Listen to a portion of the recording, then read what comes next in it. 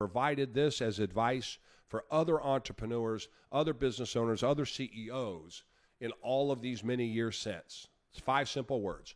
You can't afford not to. Those 5 words became the best piece of advice in my 30 years of being an entrepreneur. After having started, bought, and sold a dozen businesses that have generated over $500 million in revenue, who has made and lost multiple fortunes, I'm currently somebody who is running 3 different businesses, generating 8 figures a year in revenue.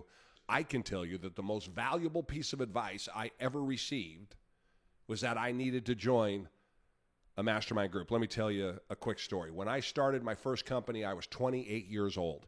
And that first company went on to do $3 million. I brought in a group of investors. They approached me and said, Jerry, let's get one started. You be the operations, we'll be the money. I said, that's fine, but here's what I'm going to do. I have contacts, I know people, I know how to sell.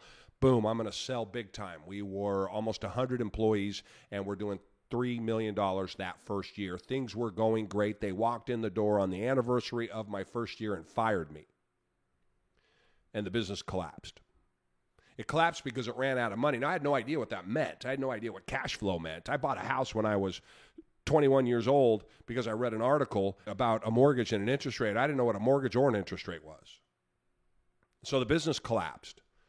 And it ran out of money because it didn't have the cash flow to pay for the growth that I was bringing in. So there I am. I had no cash. I had no plan. I had no backup. I had quit a job that I was doing really well in, making a nice salary at. I was broke. I was embarrassed. And worse yet, and I didn't know this at the time, but I've learned it subsequently, I was alone. As entrepreneurs, we need people in our lives who will tell us the truth. People who are looking out for us and who won't let us just fail off by ourselves. People who will have our best interests in mind because they don't have a vested interest in how the business does financially.